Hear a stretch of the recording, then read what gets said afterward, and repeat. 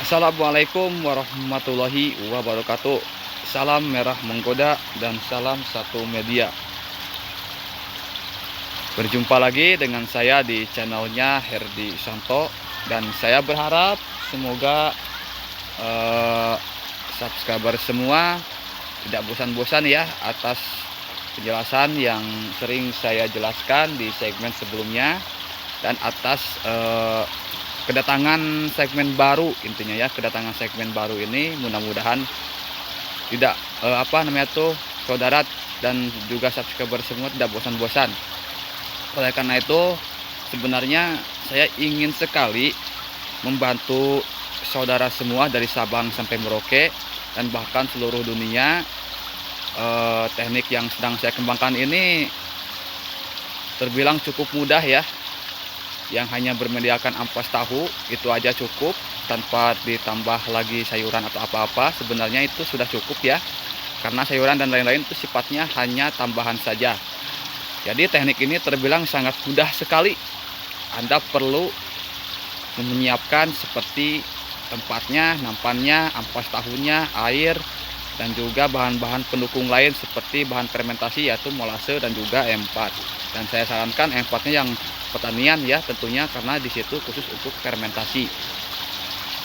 Oke, pada kesempatan kali ini saya akan coba untuk memberikan pembuktian bahwa di umur 10 sampai dengan 15 hari pada saat kita dederkan, kita sebat, itu bisa kita panen ya, bisa kita panen. Kenapa? Nah, di sini saya akan jelaskan kok bisa ya di umur 10 sampai 15 hari ini bisa dipanen. Jadi saya di sini akan sedikit menjelaskan, semoga penjelasan saya bisa lebih mudah lagi ya, tentunya bisa lebih paham lagi, bisa lebih jelas lagi tentang teknik-teknik yang saya kembangkan.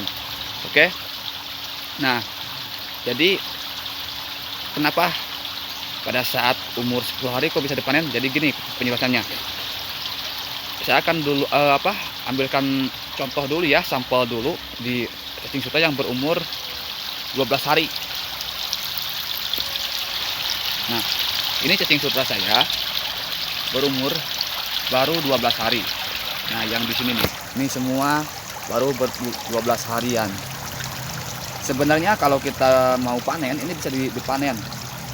Ya, ini bisa dipanen. Nah, seperti contoh nih, saya akan coba ambil ya. Nah, ini nih. Dalam satu nampan panen segini udah lumayan untuk kita berikan ke anakan ikan, terutama ikan hias tentunya ya. Nah, satu nampan kita ambil segini juga udah lumayan, apalagi kalau kita panennya banyak, sekitar 100 nampan atau 200 nampan, itu akan lebih banyak lagi hasilnya. Nah, ini contoh juga sama ya. Kita ambil di bagian yang merah menggodanya, kita panennya tuh. Oh, ya kan? Nah, ini nih cacing semua tuh merah menggoda. Kenapa di umur 10 sampai 15 hari ini bisa dipanen? Penjelasannya, cacing sutra itu benar-benar sudah beradaptasi di media baru. Artinya pada saat cacing sutra dikembangkan di tempat yang baru atau di media yang baru, itu nanti pada saat pendederan akan lebih cepat masa pertumbuhannya atau perkembangbiakannya, karena cacing sutra sudah benar-benar nyaman tuh di media baru. Nah, jadi kita bisa panennya lebih cepat juga di umur 10 hari gitu kan. Penjelasan yang lain, ternyata dari hasil fermentasi ampas tahu tersebut. Kalau ampas tahunya benar-benar maksimal dan juga benar-benar bagus hasilnya, insya Allah cacing sutra akan benar-benar bagus juga hasilnya dan lebih cepat lagi dalam masa pertumbuhannya. Jadi yang sudah saya berikan di segmen sebelumnya yaitu 4 kunci keberhasilan budidaya cacing sutra. Yang pertama yaitu ampas tahu. Jadi saudara semua harus menguasai bagaimana sih caranya membuat fermentasi ampas tahu, harus yang benar-benar berhasil. Jadi benar-benar maksimal agar cacing sutra pertumbuhannya juga maksimal. Seperti contoh nih, saya baru berumur 12 hari aja sudah bisa dipanen. Saya akan ambil dulu nih sampelnya. Nih saya akan simpan, akan saya saring di saringan halus ya. Jadi saya akan ambil contohnya kita ambil satu nampan segini sajalah, satu genggam tangan saja, lalu kita bersihkan dan kita akan lihat cacingnya. Memang perlakuan ini masih kotor ya, masih tercampur dengan ampas tahu. Nah, tapi itu tidak apa-apa, tidak mengundang penyakit, cuman sedikit kotor aja gitu kan. Nah, coba diperhatikan nih ya, tuh cacingnya tuh. Nah, satu nampan kita ambil segini saja, ini sudah lumayan banyak. Itu sisanya untuk 10 hari ke depan akan bisa dipanen kembali. Jadi setiap 10 hari kita panen per nampan berapa gitu kan. Contoh per nampan segini, kalau kita kalikan punya 100 nampan, itu udah lumayan banyak tuh dalam 10 hari. Tuh, coba perhatikan. Alhamdulillah ya. Nah, jadi penjelasan yang saya jelaskan tadi itu sesuai dengan praktek saya. Jadi kalau cacing benar-benar sudah beradaptasi dan sudah berkembang di tempat yang baru, artinya nanti pada saat kita mendederkan atau memperbanyak cacing sutra, itu akan lebih cepat lagi dalam masa pertumbuhannya.